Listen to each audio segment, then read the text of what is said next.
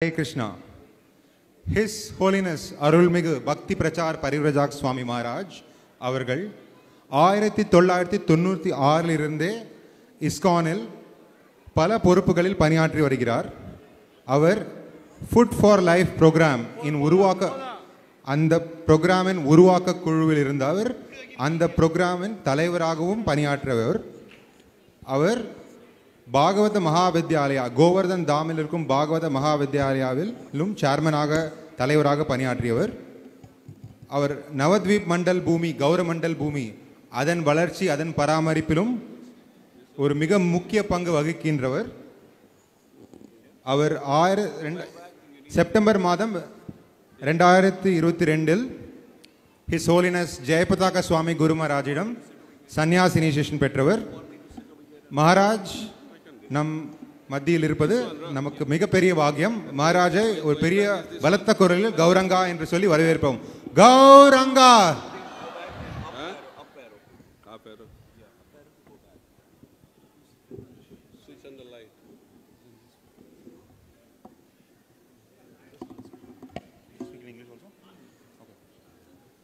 His Holiness Bhakti Prachar Parivrajak Swami Maharaj has been in ISKCON since 1996, fully dedicating himself to multiple services. He has held various senior leadership and management positions in ISKCON Mayapur Dham. He was involved in developing the Food for Life program, and he was later also the chairman of the Food for Life program. He has also been serving as the chairman of the ISKCON Bhagavata Mahavidyalaya in Sri Govardhan Dham. He plays a very significant role in the promotion and development of Navadvip Mandal Parikrama and Gauramandal Bhumi. Maharaj took his sannyas initiation in September 2022 from His Holiness Jayapataka Swami Guru Maharaj. Let's welcome Maharaj with a big Gauranga. Gauranga!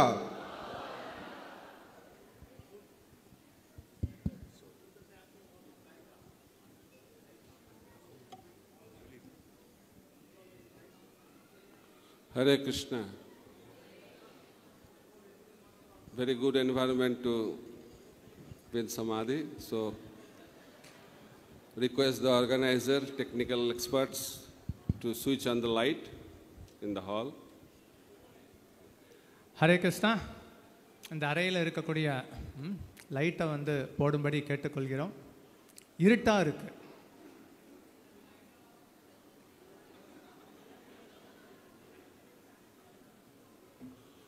Request all the devotees kindly be merciful on the mobile phone.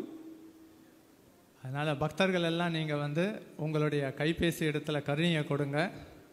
Keep the mobile phone in a peaceful mode. அதனால உங்களுடைய mobile எல்லாம் silent மோட்ல வச்சுக்கங்க. Peaceful mode. அது ரொம்ப அமைதியான முறையில் வச்சுக்கங்க. There are 3 levels of peaceful mode. 3 முறையில் நீங்க அமைதி காக்கலாம். First is silent mode. ஒன்று அமைதியாக வைத்துக் கொள்வது. Then flight mode. பிறகு வான ஊர்தியில் செல்லக்கூடிய அந்த நிலை. And ultimate piece is switched off mode. பிறகு பார்த்தீங்கன்னா அதை switch off செய்கிறது. Make your choice, but put the mobile in a silent mode. அதனால உங்களோட தேர்வு உரிமையை நீங்க சரியாக தேர்வு செய்து மொபைலை சைலண்ட் மோட்ல வச்சுக்கோங்க. Hope the post lunch session samadhi is over. அதனால மதிய உணவுக்கு பிறகு உங்களது சமாதி நிலையிலிருந்து வெளியில வந்திருப்பீங்கன்னு எதிர்பார்க்கிறோம். 1 hour. That was a good time. 1 மணி நேரம் நல்ல நேரமாக இருந்திருக்கும். I was very happy for the children performance because I was expected to speak just after lunch. ஏன்னா இந்த குழந்தைகள் இந்த நாடகத்தை செய்யும் பொழுது ரொம்ப மகிழ்ச்சி அடைந்தேன். காரணம் என்னன்னா சாப்பிட்ட பிறகு நான் உபன்யாசம் கொடுக்க இருந்தது.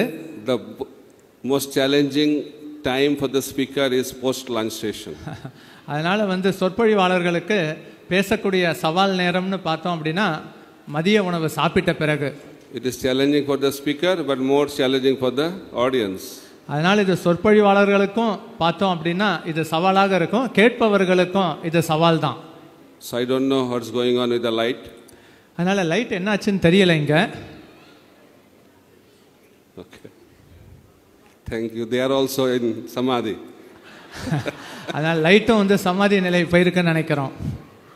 Okay, we do some invocation prayers. Hopefully, before that, light will come. அதனால் மங்களாச்சரணத்துடன் தொடங்குவோம். பிறகு வந்து நிச்சயம் லைட் போடப்படும். Om Jnana Timirandhasya Jnananjana Shalakaya Chakshurunmilitam Jena Tasmai Shri Gurave Namaha. Namo Vishnupadaya Krishna Prasthaya Bhutale Srimate Jaipataka Swaminiti Namine. Namo Acharya Padaya Nitai Kripa Pradayine Gaurakatha Dhamadaya Nagara Grama Tarine. Namo Vishnupadaya Krishna Prasthaya Bhutale Srimate Bhaktivedanta Swaminiti Namine.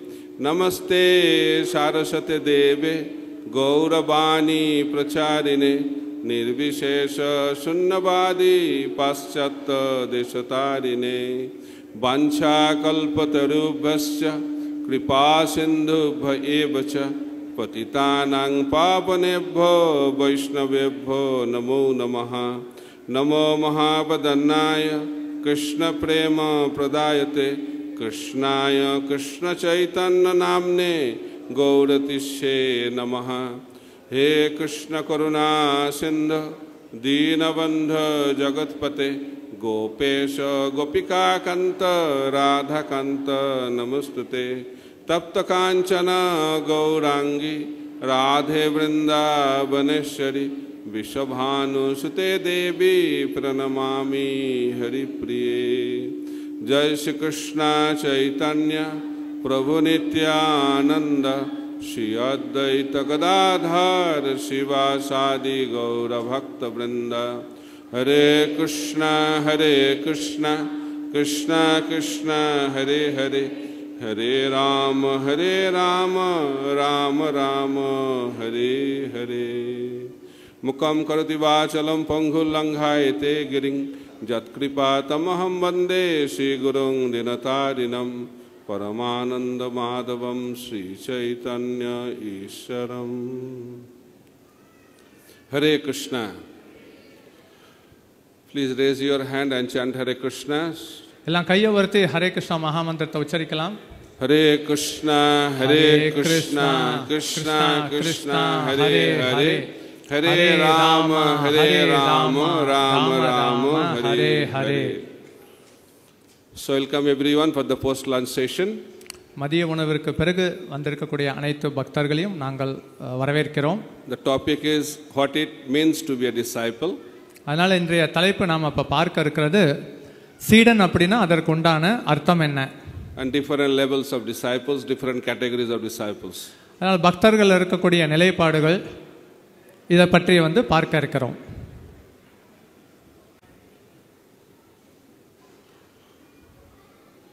So the word disciple is the English word and is coming from Shishya. Shishya means Shashana, discipline. Disciple means who can be disciplined.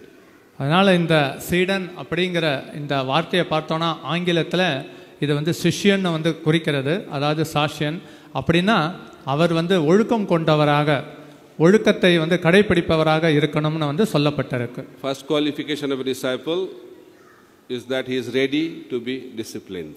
அதனால சீடனுக்கு முதல் தகுதி என்ன அப்படின்னா ஒழுக்கத்தை கடைபிடிப்பதற்கு தயாராக இருக்க வேண்டும்.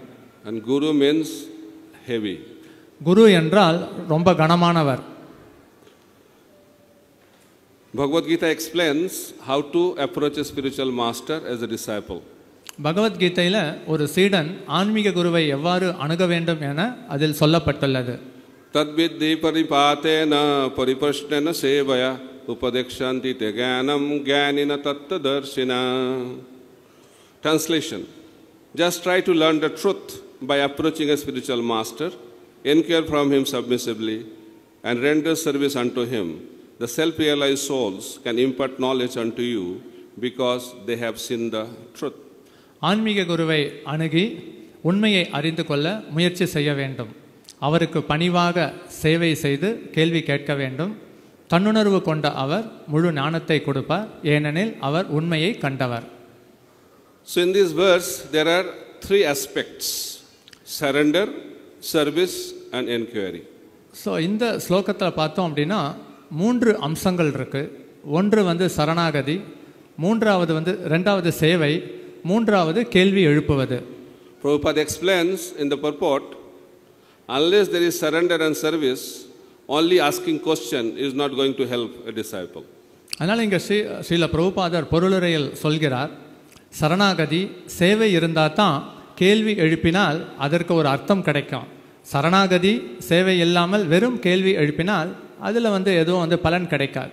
It is explained in Chaitanya Charitamrita, Diksha kale bhakta kare atmasamarpan, sei kale Krishna tare kare atmasam. At the time of initiation, when a devotee fully surrenders unto the service of the Lord, Krishna accepts him to be as good as himself.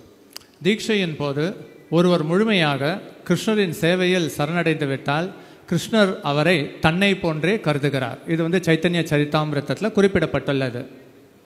So Diksha means Atma Samarpan, surrender. தீக்ஷா என்பது ஆத்ம சமர்ப்பணம், அதாவது சரணாகதியை குறிப்பதாகும். Surrender is not slavery. Surrender is not slavery. அதனால் இங்கே surrender அப்படின்ட்டு நம்ம அந்த சரணாகதி அப்படின்ட்டு பார்த்தோம் அப்படின்னா அது பொருளுக்குரியது. It is a voluntary choice of an individual. அது தன்னுணர்வுடன், அதாவது அவங்களா விரும்பி கேட்டு செய்வது, அது வலுக்கட்டாயமாக செய்யப்படுவதில்லை. This world is the world of ego. இந்த உலகம் ஈகோ நிறைந்த உலகமாகும். The greatest obstacle or disqualification of a person to be a disciple is that ego. அதனால ஒரு சீடனுக்கு ஒரு தகுதியற்ற நிலையை கொடுப்பது அவனுக்கு பொய் அகங்காரத்தை வளர்த்து கொள்வதாகும். Surrender means give up that ego. சரணாகதி என்பது அந்த அகங்காரத்தை கைவிடுவதாகும். I is the symbol of that ego. I. நான், இதுதான் அகங்காரத்தின் அடையாளமாகும். So day before yesterday we went to the place where Ramanujacharya accepted his mantra diksha from his guru. நேற்றைக்கு நாங்கள் ஸ்ரீபத் ராமானுஜாச்சாரியா அவருடைய தீக்ஷா குருவிடமிருந்து மந்திரத்தை ஏற்றுக்கொண்ட இடத்திற்கு சென்றோம். And we were visiting the house of his guru. நாங்கள் அவருடைய குருவின் இல்லத்திற்கு சென்றோம். And there we came to know that Ramanujacharya visited the house of his spiritual master for 18 times. Shripad Ramanujacharya அவரின் குருவின் இல்லத்திற்கு 18 முறை அணுகியதாக கேள்விப்பட்டோம். He got the initiation on 18th time. அவருடைய தீட்சை 18வது முறை அணுகிய போது அவருக்கு கிடைக்கப்பெற்றது.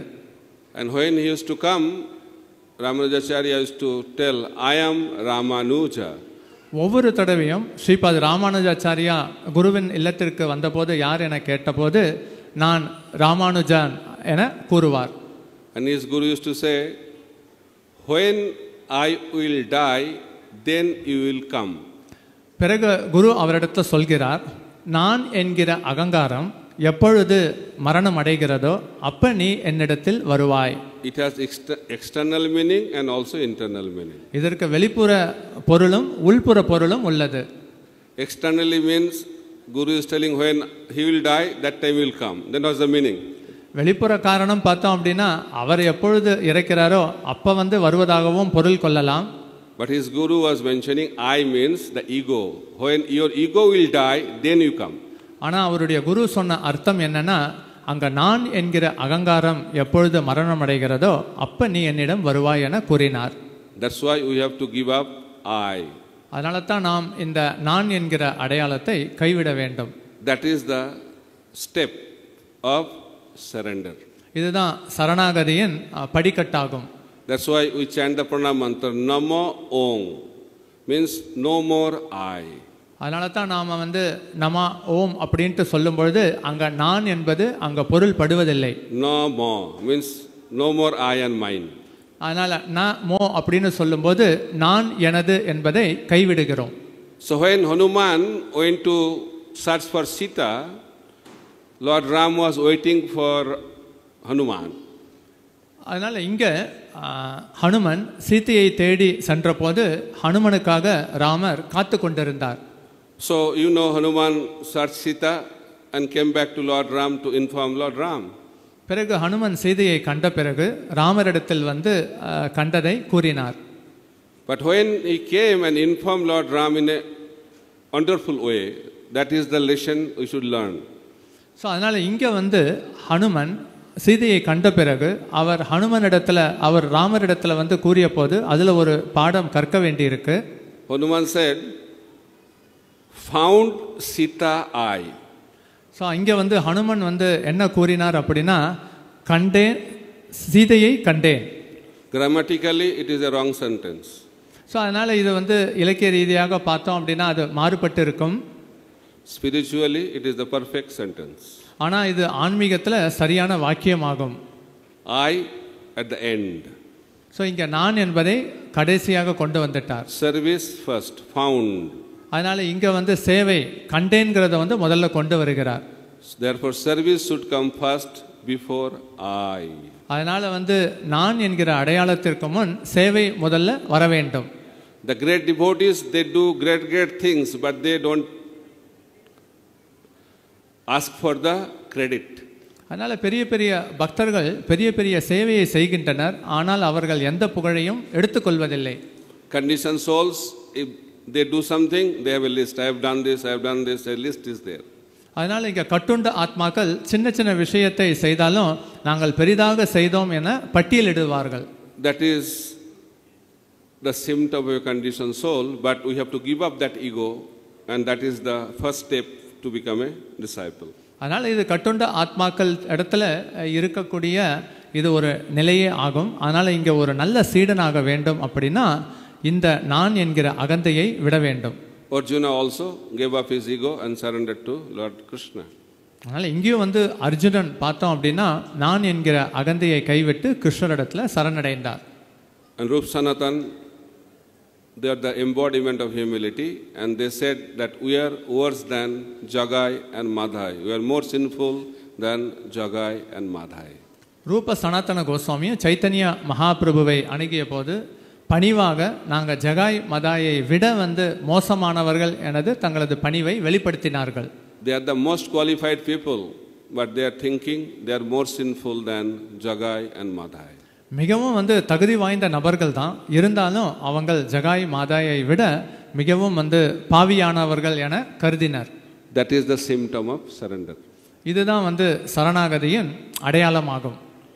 Second is service. இரண்டாவது சேவை. Service melts the heart of the Supreme Personality of Godhead.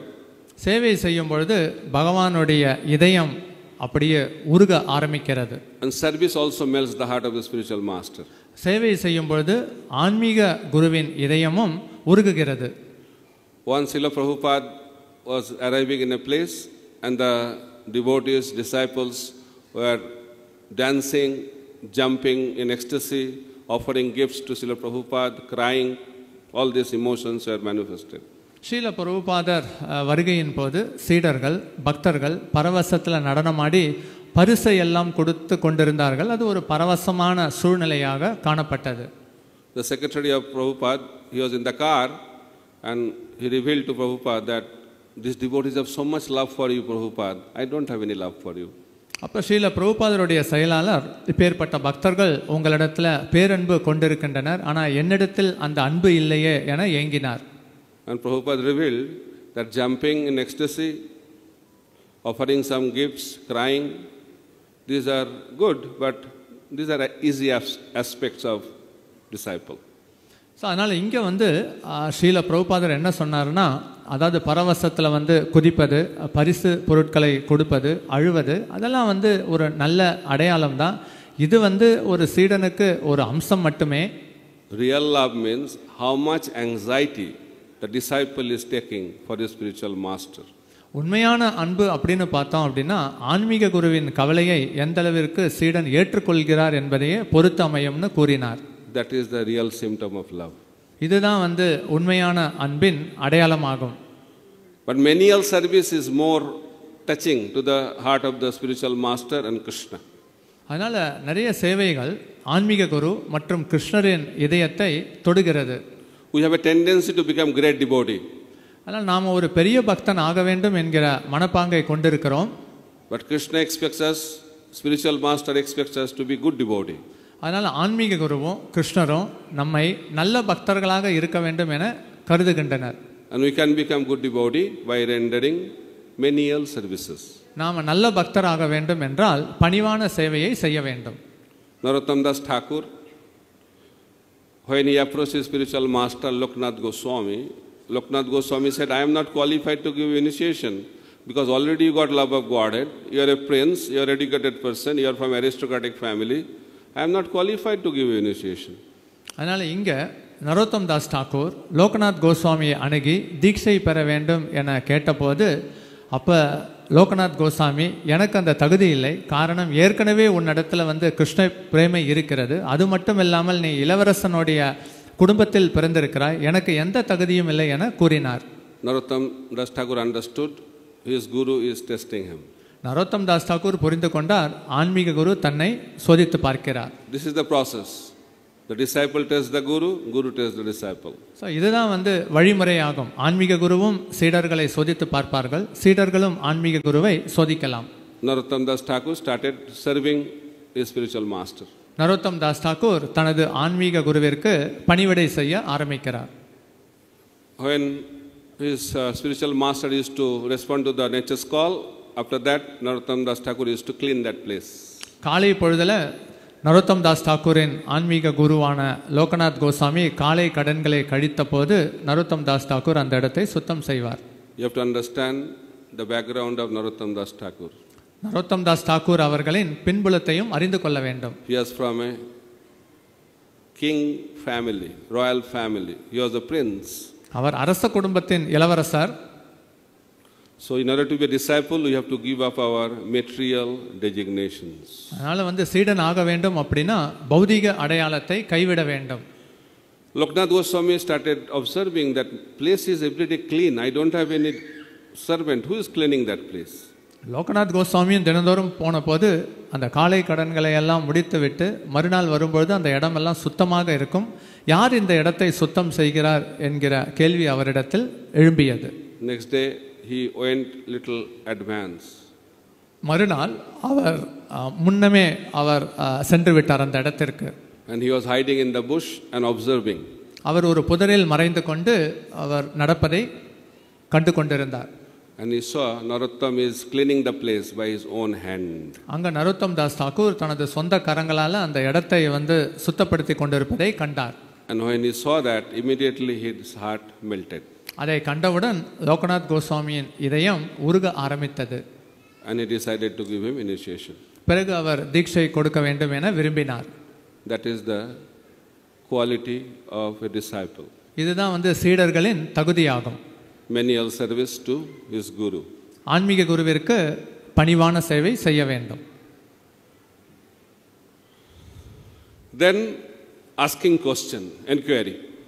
பிறகு கேள்வி எழுப்ப வேண்டும். Prabhupada used to be very happy with Guru Maharaj. Guru Maharaj used to ask question in every lecture of Prabhupada. Srila பிரபுபாதர் குருதேவரிடம் மிக்க மகிழ்ச்சி அடைவார். காரணம் என்னன்னா அவருடைய ஒவ்வொரு சொற்பொழிவும் முடிந்த பிறகு குருதேவ் அவரிடத்துல கேள்வியை கேட்பார். We got Srimad Bhagavatam because Parikshit Maharaj asked questions.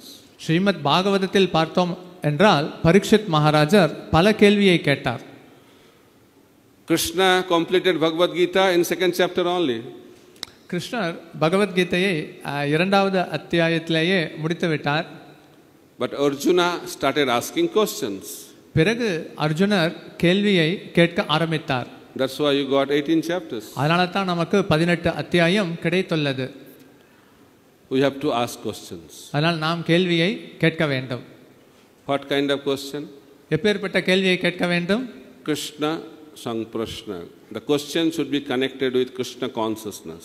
Krishna சம்பிரஷ்ன, அதாவது கிருஷ்ணருடன் தொடர்பு கொண்ட கேள்விகளை கேட்க வேண்டும். Many people come to the spiritual leaders and asking, I am not sure which path I should take. I should pursue MBA, or I should become chartered accountant, or I should become engineer. This is not the question to be asked to the spiritual master. He is not a career counselor. அதனால் நிறைய பேர் ஆன்மீக தலைவர்களை அணுகி நாங்கள் MBA படிக்கணுமா, CA படிக்கணுமா, இல்லை வேறு ஏதாவது பட்டம் படிக்கணுமா அப்படின்ட்டு வந்து கேள்வி கேட்பார்கள். ஆன்மீக தலைவர்கள் அவங்க வந்து நம்மளது படிப்புக்கு வழிகாட்டுதல் கூறுபவர் அல்ல. We should ask question which is related to Krishna and Krishna consciousness. நாம கேள்வியை கிருஷ்ணர் மற்றும் கிருஷ்ண உணர்வு தொடர்பு கொண்டதாக இருக்க வேண்டும். And that kind of question will benefit the audience, it will benefit the whole society, it will benefit who is asking the question, and also will benefit who is answering the question. அதனால் இந்த இப்பேற்பட்ட கேள்வியை கேட்கும் பொழுது இது வந்து கேட்பவர்களுக்கும் சமூகத்துக்கும் கேள்வி கேட்பவருக்கும் எல்லாத்துக்கும் வந்து இது நற்பலனை கொடுக்கக்கூடியது. Srila Prabhupada said one question is enough to ask. Srila பிரபுபாதர் கேட்பதற்கு ஒரு கேள்வியே போதுமானது என கூறுகிறார். What is that question? அந்த கேள்வி என்ன? How can I serve you? நான் எப்படி உங்களுக்கு சேவை செய்ய இயலும்? But we ask totally opposite question. Guru Maharaj, how can you serve me? ஆனா நாம் எதிர்மறையாக குருதேவரிடத்துல நீங்கள் எனக்கு எப்படி சேவை செய்வீர்கள் என கேட்கிறோம். Please smile at me, please give some flower, please give this, please give that, please do this, please do that. We engage the spiritual master in our service. என்னை பார்த்து நீங்கள் வந்து புன்னகைக்க வேண்டும், எனக்கு ஏதாவது வந்து புஷ்பத்தை கொடுங்கள், அது கொடுங்க, இது செய்யுங்க, இதை செய்யுங்க, இப்படின்னு ஆன்மீக குருவின் சேவையை தான் நம்ம இடத்துல வந்து வேண்டுகிறோம். So asking question is very very important. ஆனால் கேள்வி கேட்பது ரொம்ப ரொம்ப முக்கியமானது. But it should be done with service and surrender. அதனால இதை வந்து சேவை மற்றும் சரணாகதியுடன் செய்யப்பட வேண்டும். And question should be connected to Krishna consciousness. அதனால அந்த கேள்வியும் வந்து கிருஷ்ண உணர்வு தொடர்பு கொண்டதாக இருக்க வேண்டும். Now levels of disciples. So இங்க வந்து சீடர்களின் நிலைப்பாடுகளை காணலாம். In Srimad Bhagavatam 9th canto 18th chapter text number 44 describes 3 levels of disciples.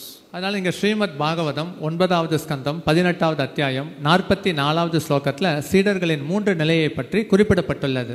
Uttamas chintitam kuryat praktokaritu madhyama adhama ashaddhaya kuryat akarta charitam pituhu. Translation: a son who acts by anticipating what his father wants is first class, one who acts upon order is second class, and one who acts irreverently is third class.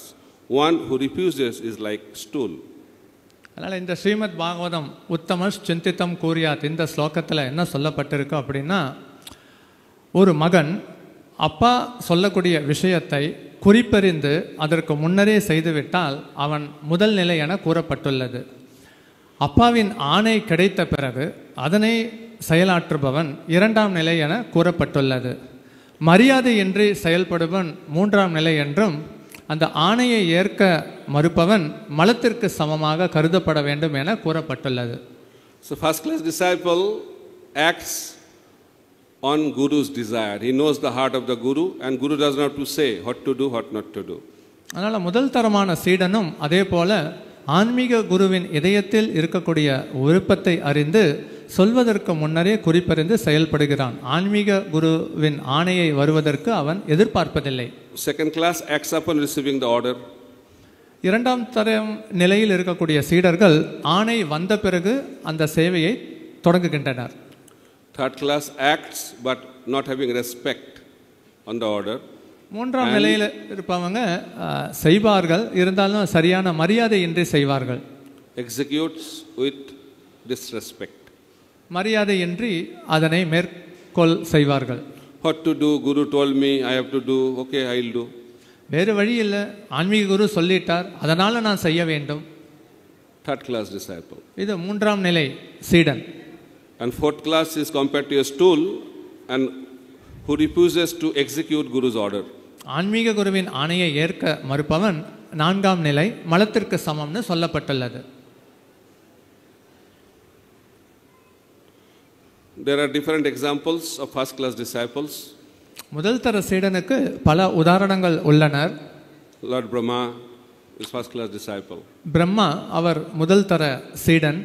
Rupa Goswami, ரூப Goswami, Srila Bhakti Siddhanta Saraswati Thakur Prabhupada, Srila பக்தி சித்தாந்த சரஸ்வதி டாக்கூர் அவர்கள், Srila A.C. Bhaktivedanta Swami Prabhupada.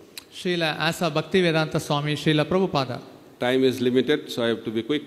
அதனால் நேரம் குறைவாக இருக்கிறதுனால நான் துரிதமாக சொல்ல வேண்டும். We can have lecture for each of these personalities. அதனால் ஒவ்வொரு நபர்களுக்கும் நாம் தனிப்பட்ட முறையில் நாம் ஒரு சொற்பொழிவை கொடுக்கலாம்.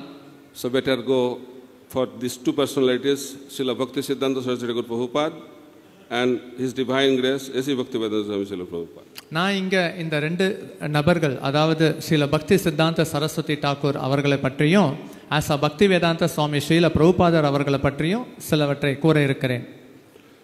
Srila Bhaktivedanta Saraswati Thakur Prabhupada got 3 instructions from his Guru.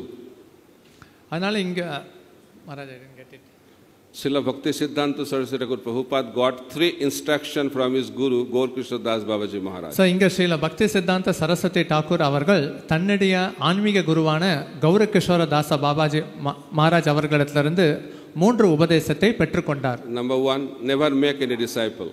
ஒன்று, நீங்கள் எந்த சீடரையும் ஏற்றுக்கொள்ளக்கூடாது. Never associate with materialistic people. அதனால் பௌதிகவாதிகளுடன் சங்கத்தை ஏற்படுத்தி கொள்ளக்கூடாது. Never go to Calcutta. Never go to Calcutta. கல்கத்தாவிற்கு செல்லக்கூடாது. And Saraswati Thakur Prabhupada used to say, I followed all these 3 instructions perfectly.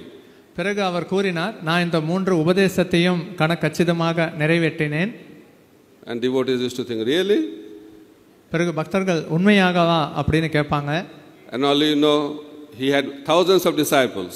ஆனால் நமக்கு எல்லாருக்கும் தெரியும், அவருக்கு ஆயிரக்கணக்கான சீடர்கள் இருந்தனர். And he was associating with all aristocratic people of the society. ஆனால் அது மட்டும் இல்லாமல் இந்த சமூகத்தில் இருக்கக்கூடிய செந்தர்வர்களிடத்துல அவர் சங்கம் வைத்து கொண்டிருந்தார். And his preaching headquarters in Calcutta. அவர் தனது பிரச்சார தலைமையகத்தை கல்கத்தாவில் கொண்டிருந்தார். Completely opposite. அதனால் பார்த்தோம் அப்படின்னா நேர்மறையாக இருக்கும், எதிர்மறையாக. That's why you should not only follow the words of the order, we have to know the spirit of the order. அதனால் நாம் அந்த வார்த்தையை மட்டும் அப்படியே எடுத்துக்கொள்ளாமல் அந்த வார்த்தையின் உள் அர்த்தத்தை தெரிந்து கொண்டு செயல்பட வேண்டும். He used to say, I never made any disciple. They are not my disciples. They are the representative of my Guru Maharaj. So அதனால் அவரும் சொல்வார், அவங்கெல்லாம் என்னுடைய சீடர்கள் அல்ல, அவங்கெல்லாம் எனது ஆன்மீக குருவால் அனுப்பி வைக்கப்பட்டவர்கள். When any disciple used to offer obeisances to Saraswati Thakur Prabhupada, he used to say, Dasos mean, I am your servant. அதனால் ஏதாவது சீடர்கள் அவருக்கு மரியாதைக்குரிய வணக்கத்தை தெரிவிக்கும் பட்சத்தில் நான் உங்களுடைய சேவகன் என அதற்கு பதிலளிப்பார். That's why he did not have any disciple. அதனால் நாம் பார்த்தோம் அப்படின்னா அவருக்கு எந்த சீடரும் இல்லை. He did not associate with any aristocratic people, materialistic people. Why? He said association means taking. He said, I never took anything from anybody. I only gave Krishna consciousness. பிறகு அவர் பௌதிகவாதிகளுடன் சங்கத்தையும் அவர் எடுத்துக்கொள்ளவில்லை. காரணம் என்னன்னா, அவங்களுடைய சங்கத்தை நான் எடுத்துக்கொள்ளவில்லை, எனது சங்கத்தை தான் நான் அவர்களுக்கு கொடுத்துள்ளேன். He said, I never went to Calcutta. I always stayed in Bagh Bazaar Gaudiya Math, which is Vaikuntha, transcendental to any place of this material world. நானும் கல்கத்தாவிற்கு செல்லவில்லை. நான் பாக் பஜாரில் தான் எனது தலைமை இடத்தை தொடங்கினேன். அது ஆன்மீக லோகத்தின் வைகுண்ட பகுதி என கூறினார். That is called first class disciple. So இதுதான் முதல் தர சீடனுக்கு உரிய தகுதியாகும். His Divine Grace, A.C. Bhaktivedanta Swami Srila Prabhupada wrote a poem glorifying Srila Bhakti Siddhanta Saraswati Thakur Prabhupada. Srila பிரபுபாதர் அவருடைய ஆன்மீக குருவான ஸ்ரீல பக்தி சித்தாந்த சரஸ்வதி டாக்கூரை பற்றி ஒரு அருமையான கவிதையை இயற்றியிருந்தார். And in that poem he wrote, the purpose, desire, mission of Srila Bhakti Siddhanta Saraswati Thakur Prabhupada was to eradicate impersonalism, Mayavad from this world. அதனால் ஸ்ரீல பிரபுபாதர் சொல்லுவார், தனது ஆன்மீக குரு ஸ்ரீல பக்தி சித்தாந்த சரஸ்வதி டாக்கூர் அவர்களுடைய இறைத்தூது பணியே என்ன அப்படின்னா, அந்த மாயாவாதத்தை முழுமையாக வேறறுப்பது தான். Opposite dhanta dhanta harine. Pranam mantra of Saraswati Thakur explains that he was like a lion to eradicate the opposite dhantas in this world. அதனால அவருடைய பிரணாமந்திரத்திலையும் பார்த்தோம் அப்படின்னா இந்த மாயாவதத்தை முறியடிக்கிற குறிக்கும் விதத்துல தான் அவர் ஒரு சிம்ம குருவாக இருப்பதை பிரணாமந்திரத்திலையும் அது சொல்லப்பட்டிருக்கு. So he mentioned that point in his poem glorifying Srila Saraswati Thakur Prabhupada. Srila பிரபுபாதர் இந்த விஷயத்தை தனது கவிதையில தனது ஆன்மீக குருவை புகழும் விதத்துல சொல்லி இருக்கிறார். And when Saraswati Thakur saw that poem, he said, "Oh, Abhay understood my heart. He understood perfectly my mission." So இந்த கவிதையை ஒரு சீடர் வந்து சில பக்தி சித்தாந்த சரஸ்வதி டாக்கூர் அவர்களிடத்தில் படித்த போது அதற்கு சில பக்தி சித்தாந்த சரஸ்வதி டாக்கூர் அபய் எனது இறை தூது பணியின் நோக்கத்தையும் எனது இதயத்தையும் நன்றாக புரிந்து வைத்துள்ளார் என அவர் பெருமிதம் கொண்டார். And he instructed the publisher that whatever he writes, publish it. No need to check. அதனால் பதிப்பாசிரியர்களிடத்துலையும் அவர் கூறிய ஆணை என்ன அப்படின்னா அபய் எழுதக்கூடிய விஷயம் எதையும் வந்து நீங்கள் வந்து திருத்தம் செய்யாமல் அப்படியே வந்து பதிவில் ஏற்ற வேண்டும் என கூறினார். And he also understood the desire of his spiritual master because he knew the purpose of Saraswati Thakur is to spread Krishna consciousness in the Western world in English speaking language. ஆன்மீக குருவின் இதயத்தையும் வந்து புரிந்து வைத்தவர் தான் ஸ்ரீல பிரபுபாதர். காரணம் என்ன அப்படின்னா இந்த கிருஷ்ண உணர்வு இயக்கம் உலகம் முழுக்க பரவ வேண்டும் என அவர் விரும்பியதையும் அவர் தெரிந்து வைத்திருந்தார். That's why order of the guru is very, very important. அதனால தான் ஆன்மீக குருவின் ஆணை ரொம்ப ரொம்ப முக்கியமானது. Srila Prabhupada was ordered to preach in the Western world. That's why Srila Prabhupada attempted to preach in India, but he did not get any success because his mission is to preach in the Western world.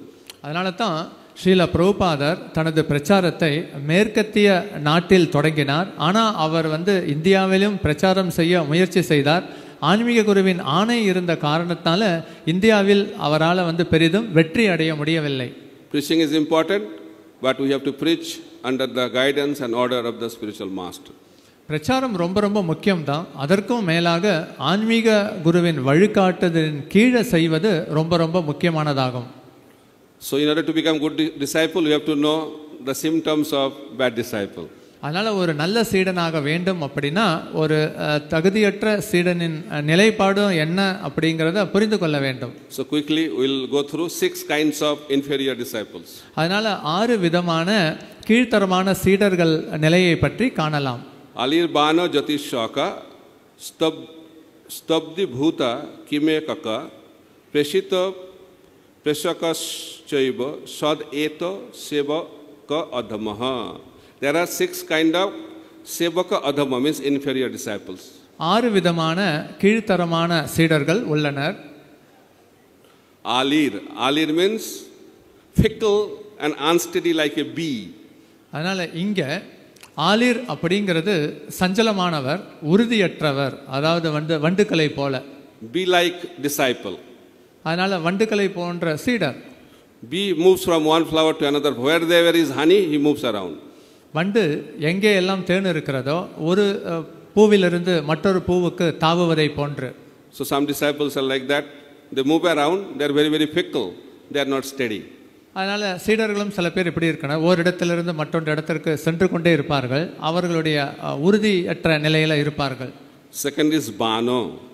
இரண்டாவது பானோ என அழைக்கப்படுகிறது. Bano means arrow. There is one category of disciple who they are very expert to argue with the spiritual master. அதனால பானோ அப்படிங்கிறது ஆன்மீக குரு இடத்துல வாக்குவாதம் செய்வதில் வல்லவர்கள். Arguing with the spiritual master is a great offense. ஆன்மீக குரு இடத்துல விவாதம் செய்வதே பெரிய குற்றமாகும். Whoever will argue with the spiritual master, his life will be in big problem.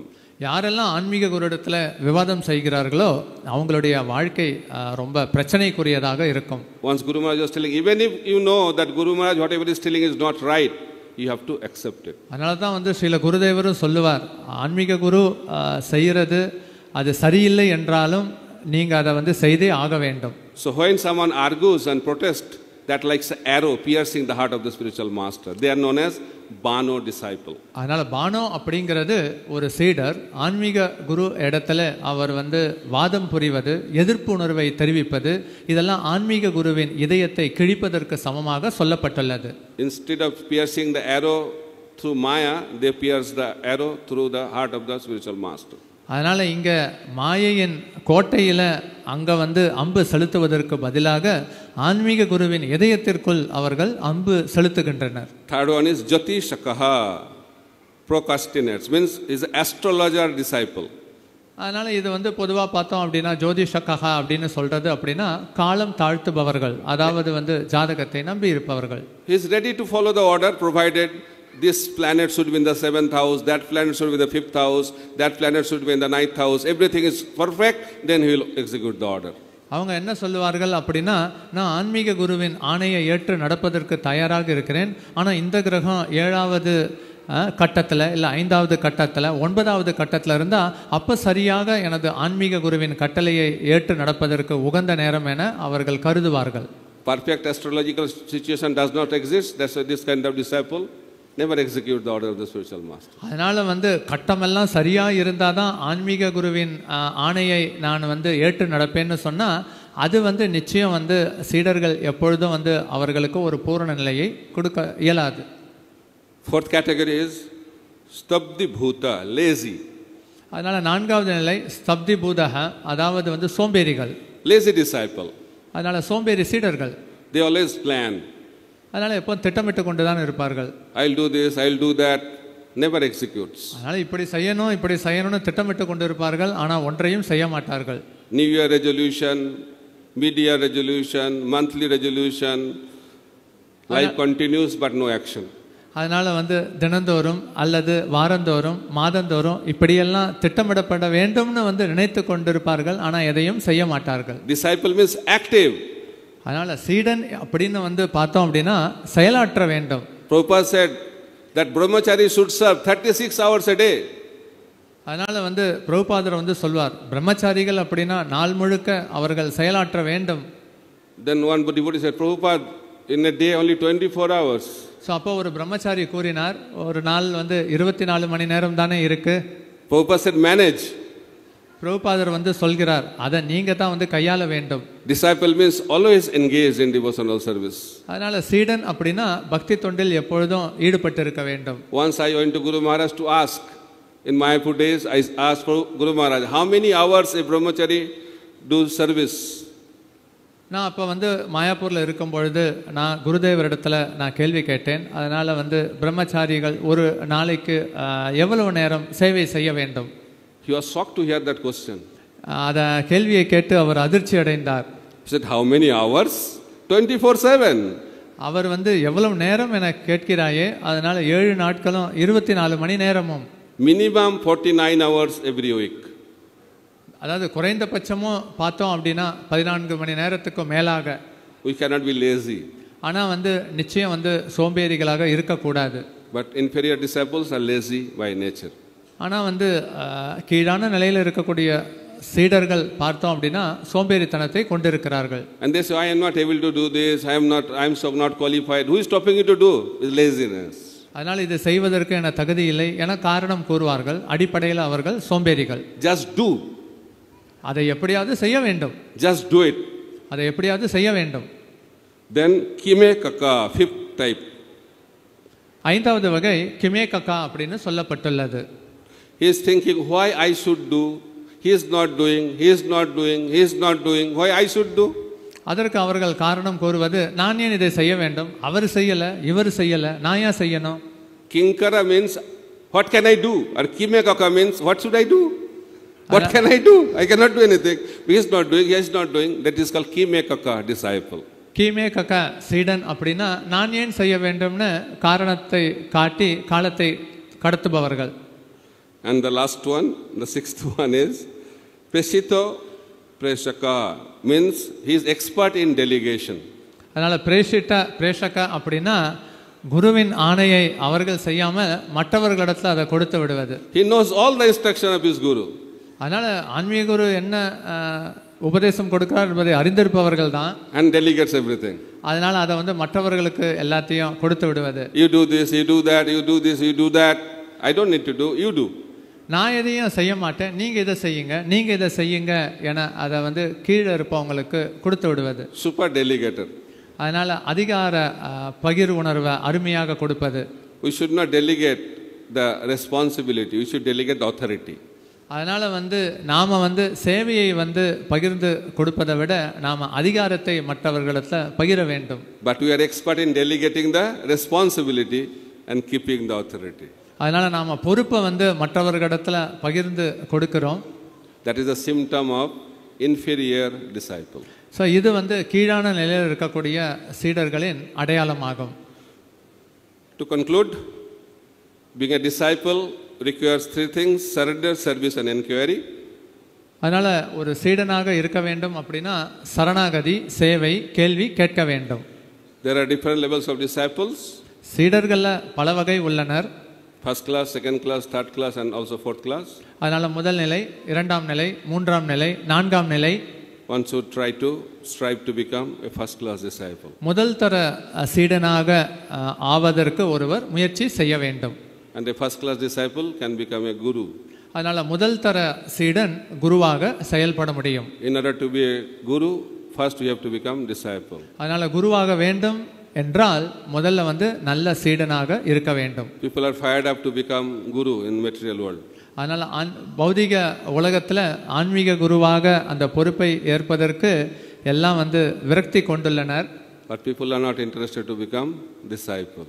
அதனால இங்க வந்து சீடனாவதற்கும் அவர்கள் வந்து விருப்பம் கொள்வதில்லை. We should all become guru as Chaitanya Mahaprabhu wanted, and in the morning session Guru Maharaj emphasized so much to become guru, but qualification to be a guru is to become a first class disciple. அதனால இங்க சைத்தன்ய மகாபிரபு அனைவரும் ஆன்மீக குருவாக செயல்பட வேண்டும் என அவர் கூறியிருக்கிறார். அதைத்தான் வந்து காலை பொழுதுல ஸ்ரீல குருதேவரும் வந்து தெரிவித்தார். அதனால ஆன்மீக குருவாக செயல்பட வேண்டும்னா முதல் தர சீடனாக இருக்க வேண்டும். When a devotee become first class disciple, automatically he is a guru. அதனால ஒரு சீடன் முதல் தர நிலையில் இருக்கும் பொழுது இயற்கையாகவே அவர்களால குருவாக செயலாற்ற முடியும். Thank you very much. Hare Krishna, Krishna Krishna, Hare Hare, Hare Rama, Rama Rama, Hare Hare. Srila Prabhupada ki jai, Guru Maharaj ki jai, Brahma Madhya Gauriya Sampadacharya Binda ki jai, Nitai Gaur Premanande, Hari Hari Bol. His Holiness Bhakti Prachar Parivajak Swami Maharaj ki, Srila Gurudev ki, Nitai Gaur Premanande.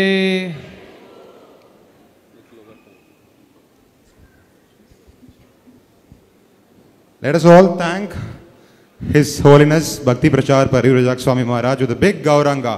Gauranga!